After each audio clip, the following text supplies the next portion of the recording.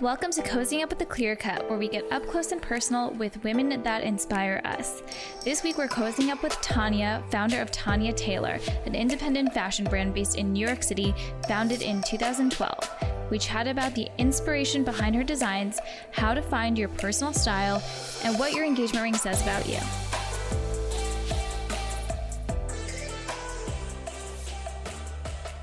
Hey everyone, and welcome to Cozying Up with the Clear Cut, where we get up close and personal with women that inspire us. Today I'm sitting down with Tanya Taylor. She is the founder of her namesake Tanya Taylor fashion line. Thank you so much for being with us today. Thanks for having me. I'm so excited to learn all about your journey. I'm wearing your beautiful dress here today. I know, you look amazing. And last week I was wearing these plaid pants and I got so many compliments on them cool. too. Oh my God, you're in plaid. Yes. I think it's kind of like, you know, that weird time of year right now where it's like not quite winter, it's spring, but it feels wintry. So yeah, you're in like transitional lighter weight plaid mode. Exactly. But when you were little, did you always think that you would be a fashion designer? What did you like want to be when you were a child? When I was little, I didn't even know that you could be a fashion designer. I grew up in Toronto, and there's not really a fashion industry in Toronto. I definitely was super artistic. I painted a lot. My mom really encouraged me to paint all the walls of our basement with like patterns and graphics and like 6 foot tall like women in crazy dresses. Oh my God. So I felt like I had this canvas to be creative, but I didn't know it could be your profession. Mm-hmm. And I decided to start by studying finance at McGill University. Mm-hmm. And then I moved to New York and went to Parsons for design. And I think it wasn't until I started working for Elizabeth and James, which was Mary-Kate and Ashley Olsen's contemporary line, that I saw there was a career that mixed both art and commerce. Mm-hmm. And I love using both sides of my brain and just thinking about the creative kind of business management with also sketching and color and print. And it just felt like an industry that really clicked for me. How did you land that first job or internship at Elizabeth and James? That must have been so cool. Did you work with Mary-Kate and Ashley? Yeah, they would be in every week. I worked with them. So the way I got it is pretty funny. My boss at the time had put a posting online for an intern, and the company had just started. And what I really identified with was that I was their age and they were designing for a customer their age. And it felt very personal and very kind of instinctual. And contemporary fashion was new. Like at that time, it was Theory and it was Alice and Olivia and it was Rag & Bone, and it was a bit bigger company. So I liked the idea that I could get kind of experience in a smaller team in a startup mode. But my boss at the time put this posting up and it only had a fax number. And my mom is so old school that she actually required that I have a fax machine in my first apartment in New York. And so I saw the posting. I was like, this is meant for me. Like I must work at this place. They accept faxes. And so I sent a fax in. I think I must have been the only person that applied because no one uses fax machines. And I went in for my interview. I was so naive. I was so willing to give 110%. And they just thought I was like bizarre. I, started a lunch group. I was there, after hours. I was just really wanting to be this sponge. And I stayed as an intern for a year and a half. Mm-hmm. And then I got hired on their team and I was there for 3 years on the design team. So at the beginning, like the best experience you could have. That's so cool. It was like, 4 people, then became 12, then became 25. And I really got to see how you scale a company in New York. So what made you decide to leave and start your own brand? I just felt that there was, something I wanted to express with print and color and inclusivity. And I was just kind of itching at something that felt more personal. So I left and I had 1 employee for a couple of years, and we've now grown to 30 people. And it was always from like a point of view that was just really emotional, and like I wanted to create clothes for girls that I saw similar to myself and that felt really happy and joyful and optimistic and artful. And I just kind of paved this path by like continually creating things that like I loved. So it can be like a little bit scary or daunting to take that first like leap of faith and be like, okay, I'm like, where do you even start by like starting your own line? You know, what were some of the first steps that you took? I can be a little bit impulsive. And so I actually left my job and then realized that I'm Canadian and needed a reason to stay in the United States. And I called my boyfriend at the time, who's now my husband. And he's like, you would need to start a company probably if you want to stay living in New York. I was like, oh, okay, that's a good idea. I should do that. And I started by recognizing I did not know anything about, you know, the business plan behind how you grow a contemporary brand. So I found a really great consulting firm that was called Launch Collective, and they were really built to help startups understand what initial investment looks like, what your team structure looks like, how you get wholesale opportunities. At the time, direct to consumer wasn't really something that was, you know, happening, but they helped me craft those first 3 years of the business. And then once I kind of grew outside of those 3 years, I brought a lot of their responsibilities in-house, and that's how I grew the team. What were some pivotal moments that shaped your brand development and shaped you as like a businesswoman and designer? I think one of my most pivotal moments was our first show we had at the MoMA. And it was that was your first fashion show? Mm-hmm. That's so cool. Yeah, it was just, I look back and totally out of this world, kind of wild. And it came from this courage that I had at the beginning and this sense of, again, not knowing the rules. So just making up your own. And what I did was someone said, you know, you have to have your show somewhere special if you're going to, you know, get any attention in New York. And they said, where's your favorite place in New York? I was like, the MoMA. They're like, great, have it at the MoMA. Did not help me at all in getting in touch with the museum, but I relentlessly emailed all of the corporate sponsors of the MoMA, knowing that they have 2 slots a year that they're able to host events. And after months and months of looking crazy, because you don't even have a brand to show for what it looks like, finally a bank was willing to give us one of their event slots. And so, how did you convince them to do that?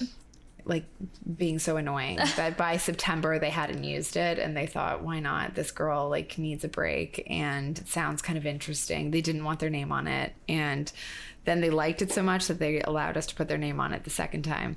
But it was just special. Like, I think at the beginning I look back and I try to harness that kind of that spirit of what you feel when you're first founding something, or you're this entrepreneurial kind of wonder of what can I be and how big can I be. And so I think that was special. And then obviously when Michelle Obama started wearing us, I think she wore us 13 times when she was first lady. And that was really... What was it like when you first saw her wear one of your pieces? It was shocking. Was it like organic, or did you know about it? We did not know about it. It was organic. We saw it on Instagram, and we were working late one night and we were working on our application for the Vogue Fashion Fund and putting all the celebrities that had worn us, and happened at 11 o'clock to look at Instagram, which was kind of new at the time, and saw her wearing one of our printed dresses, quickly threw it into the deck to like submit for the application, and then developed a relationship with her where we really felt like we could, you know, continually make beautiful pieces for her. Oh my God. What inspires you to create your pieces? Like, what brings you inspiration? I love, I'm inspired a lot by the art world. I'm inspired by traveling.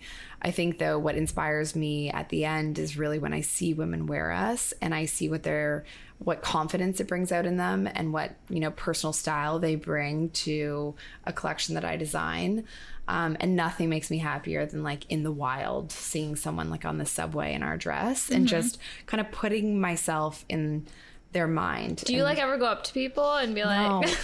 My mom, when she's with me, like pushes me towards people and like herds me to say hello. And I don't know. Sometimes I do if I'm in like, but I get nervous and I feel like nerdy to be like, you're wearing my dress. No, like, I'd be like, that's so cool. I know. I'm getting better. But one time I was at Hamilton and Alicia Keys came in and she was wearing our coat and she sat like a lot in front of me, but I was very excited because it was Hamilton's all about making it in New York. Yeah. And then her song is all about making it in New York.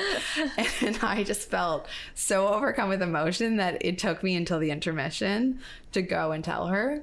And she was very kind. She had the label in her pocket and like, she's like, oh my gosh, I can't believe it. And that was worth it. That kind of taught me I should do that more. I mean, definitely with Alicia Keys, I would be like, you'd regret it forever if you didn't say something to her. I would. I was like taking blurry photos from my seat of her and like sending it to our team. So I'm happy that I made the effort. Oh my God, amazing. So what year was this where you got the Vogue did you get the Vogue Fashion Fund? Or Yeah, so we were in the Vogue Fashion Fund in 2014. Mm-hmm. And it was 10, it's for anyone who doesn't know the process, it's 10 designers, it's 10 judges, it's Anna Wintour, Jenna Lyons, Stephen Cole, DVF, a bunch of other incredible influential mentors. And you're really just put under pressure to explain your vision, how you're distinctive in fashion, how you want to grow, and then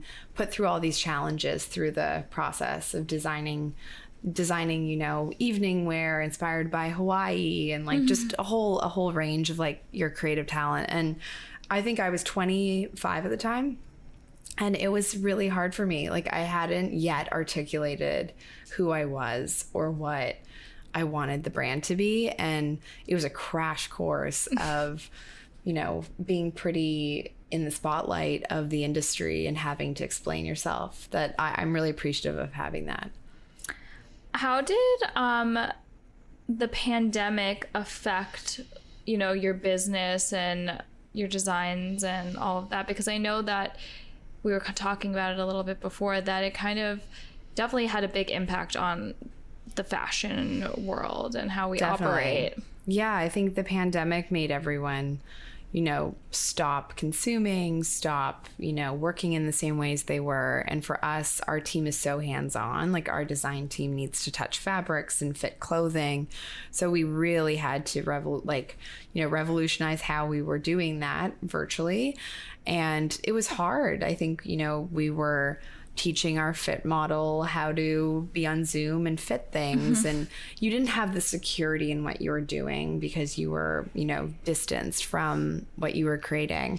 Business-wise, it was so challenging. We have a really big wholesale business, and our Neiman's and Saks and Rent the Runway businesses were really, compressed. And it felt like a scary time for that first kind of 6 months to a year. And then I think coming out of it, a much more liberating and focused kind of approach to how we do business. So, we were known for printed dresses. That's probably the hardest thing in the pandemic to sell.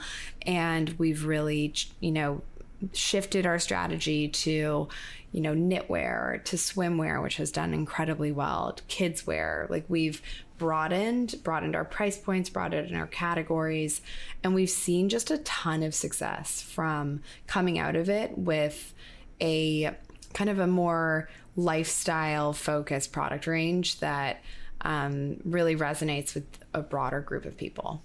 And so what would you say, like in the broader like fashion world, like what are some things that have changed like fundamentally since the pandemic, and what do you think the future is?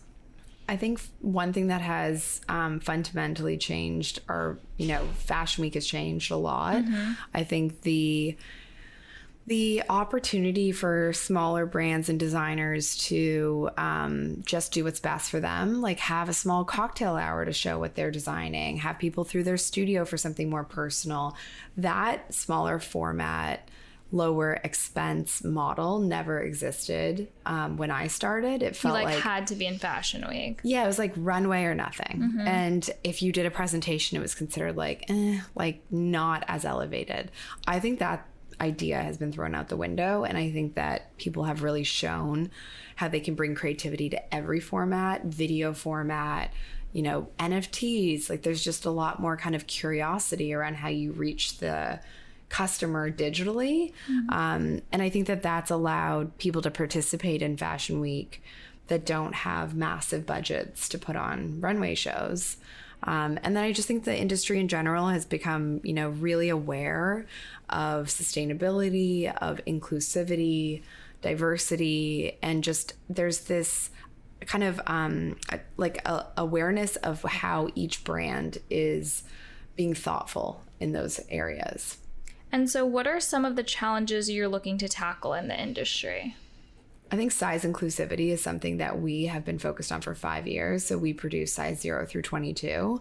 We're one of the only contemporary brands that do that. And we were the first to do that. It took a lot of kind of convincing from a retail standpoint that customer buys our price point and our aesthetic, and it's been proven that they do, and that there's just really there's not enough amazing fashion, fun, really playful clothes for a woman that's above a size 14. So I think that, and then the visibility of how that customer is youthful and playful and confident is something that we're really focused on.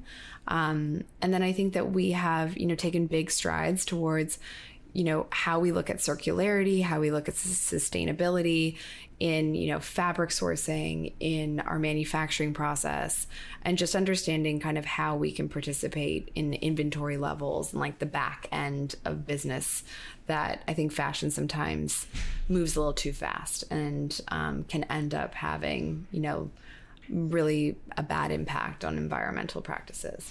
So do you think like more brands are moving towards being more sustainable? And yeah, and I think it starts from even I think the customer's so aware of what they're buying, where it's being produced, what the fabric content is. I know from like even our options for fabric sourcing, like when we sit down with a mill, there's just an incredible range of sustainable materials to work with that really compete against, what we might have only had access to 5 years ago. And I think that just shows a ton of progress and shows that, it's coming from a customer demand. Yeah. So what are some of your personal favorite creations that we've designed? We designed one really crazy dress that I always in my mind loved. And it was for a dress that was at Buckingham Palace, and it was to represent Canada's partnership with India, and I'm Canadian. So it was like this whole little box of like how to do something. So we worked with the most amazing Indian artisans to do this hand beaded dress. I think it weighed 45 pounds. Wow. And it was all multicolored sequins with like rhinestones between each of the sequins. And the sequins changed like an ombre of color. Wow. And that just feels like a dream world of something we designed. But then I think, I mean, I like really beautiful knitwear. I like normal clothes too. It's just, I get excited every time we start a collection. I think it feels like I'm very grateful that my job is to continue to create things I really love. And I know that I struggle with this, and I think because I just like so many different things, but what are some tips you would give to someone to find their personal style? That's a good question. I think lead with what is comforting and exciting to you. I think any woman who looks uncomfortable is, I don't think they need to. I think that leading your personal style with what you're comfortable with in terms of shape, silhouette, color, fit, if a trend is like high-waisted peg leg pants and you feel like that doesn't look good on you, then really develop kind of shapes and style pairings that you feel like become signature to you. I always think look at your mom in a weird way. I feel like when I look at my mom and I see what she was comfortable in, I mimic it, and I feel nostalgic. I feel comforted. I feel excited to bring it into a more modern version. So if anywhere, that could be some place to start if somebody feels like they don't know how. What if your mom, my mom's very stylish, but what if your mom's not stylish? Yeah, well then maybe do the opposite. Do look at her and be like, no thanks. But I think it does help to have a visual of someone you love. Like, it could be a celebrity and not your mom, or it could be your best friend who has amazing personal style, but like somebody who you're like, okay, that feels like, whether you're trying to achieve sophisticated or professional or, you know, flirty, like whatever it is. I always think there's like, there's an image that's really helpful sometimes to like work towards. Totally. Hey everyone, Olivia here. Hope you're enjoying our episode. Our Clear Cut collection features fine jewelry pieces inspired and designed with you in mind. Our collection is ever-changing, and each piece is handmade and made to order here in New York City. Don't forget to check it out and use the code COZY, COZY, for free shipping on any purchase. So, because we are a jewelry company, we're gonna like shift and talk about jewelry a little bit. I'm admiring your beautiful engagement ring. Can you tell us a little bit about it and the story behind it? Yes. So my engagement ring, the stone is from 1890. Oh, wow. And the setting's from 1920. And it's called an old mine cut. One of my favorites. Okay. See, you know way more than I do. Very rare and very sought after these days, so they're hard to come by. Okay. Okay. It's from a vintage jeweler in Carmel. And the story was, my husband and I, we knew each other since we were 17, but we did not seriously date until our 20s. And How did you come together as like a couple years later?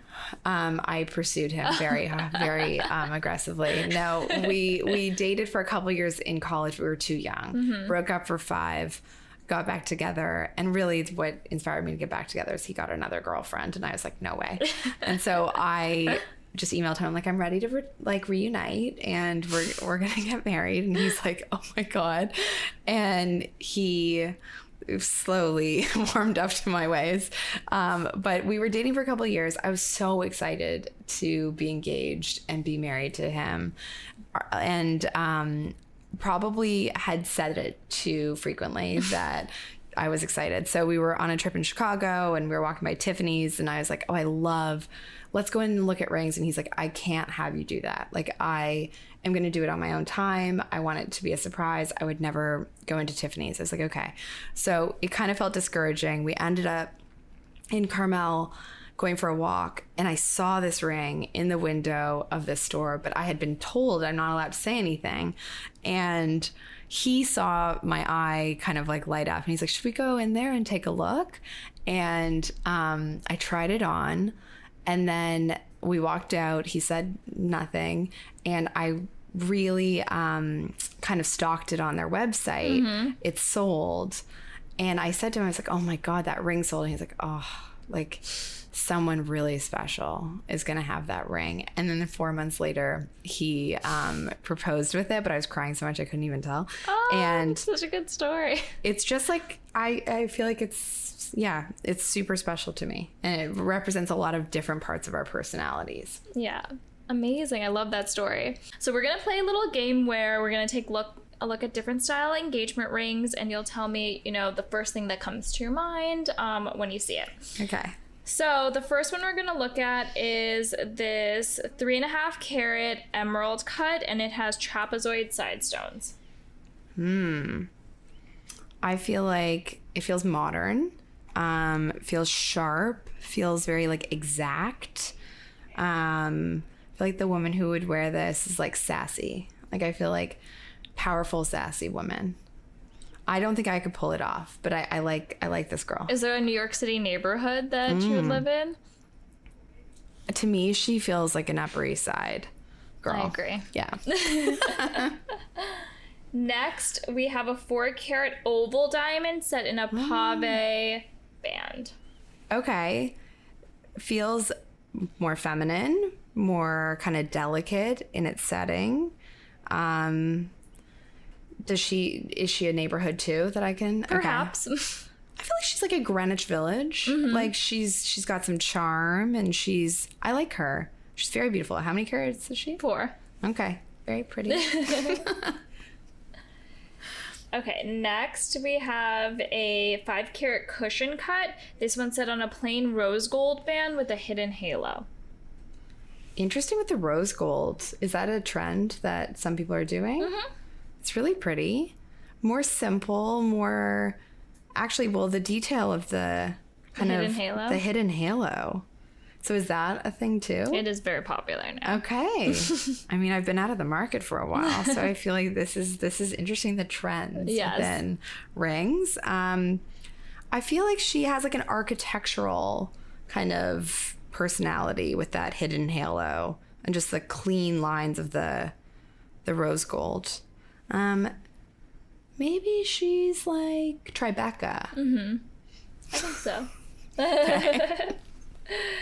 And then last but not least, we have a 3.5 carat round brilliant with tapered baguettes. Oh, I like her. She's pretty. I feel like she also has that like kind of a little Art Deco baguette shaping. It's like tapered. Less feminine and dainty as our like second one. Yeah, like I feel like that girl is like a little bit more, like there's a little more like of a love of princess kind of feeling and like fairy tale. This feels a little more like real. Like I feel like there's a reality to this person. She's a realist. Maybe she works on Wall Street and she like lives. Yeah, maybe she lives in Tribeca too. I feel like I'm typecasting everybody. I live in the West Village, so I haven't found yet the West Village girl. But yours is like the West Village. Maybe mine's the West Village. Yeah, something charming and unique. Yeah, I think you're right about she can work in finance because it's like a round brilliant, so it's like very standardized. Like, you can pick the exact color and clarity. So and you can wear that like working. Yeah. Like I feel like it's a gorgeous ring, but some of the other ones feel like so statement that they would be louder. We have a bonus one if you want. Oh, please. Yeah. This one is a 3 carat radiant with trapezoid side stones. Fuzz in here. Interesting. So more square shape in the middle. Yeah, like a little slight rectangle. Kind of like an emerald cup, but with that faceting pattern like a cushion. The size of the side and the I'm like in rudimentary terms. No, I feel like because the sizes are so similar, it's an interesting, almost like chandelier, like kind of like crystallized effect to the stones. Where does she live? Maybe she's Upper West Side. Like, I feel like she also has a little more realism than Upper East Side girl. But like very sparkly and beautiful. Perfect. Interesting. Thank you so much for playing. Thank you. I want to ask your prices after. Awesome. What's next for you? What are some exciting projects that we can look forward to seeing from Tanya Taylor? So we're coming up on our 10-year anniversary. Wow. Congratulations. Thank you. In September. So we want to do something special in Fashion Week for that. A show at the MoMA? We're trying. Yeah. Things have changed in 10 years. It's not as easy. But also retail. So we are full steam ahead on a store in New York. Trying to think of maybe a store in Toronto since I'm from Toronto. We have this really interesting growth in our business in the South, and Same. Yeah? Weirdly. Oh, yeah. Cool. And like Texas. Yeah, Texas. Oh my gosh. And like Texas and like Charleston and Palm Beach and these kind of southern destinations that I think a lot of people over COVID moved there. But there's also just a love of like print and color, and a lot of women have reasons to get dressed up. So we're looking at like more up and coming markets for retail as well. And I think that excites me because I am obsessed with getting to know the different archetype of customer in each of these markets and kind of coming back together and being like, okay, what's their lifestyle? What's their need for, clothing and kids wear and swim? And it's just fun. It's almost like psychological to kind of get into their heads. Yeah, totally. Well, that's so exciting. Where can people like follow you, shop, all of that? So you can follow us on Instagram at Tanya Taylor, and we are sold at Saks and Bergdorf Goodman and Neiman Marcus, Shop Bop. Our own site is my favorite place to shop because we have a nice mix of all of our categories, and it's TanyaTaylor.com. Awesome. Well, thank you so much for joining us today. This was so much fun. Thank you. It was so much fun. Nice to meet you. I loved hearing about the behind the scenes of her vibrant collections and some tips on how you can find your personal style. What style are you ready to try?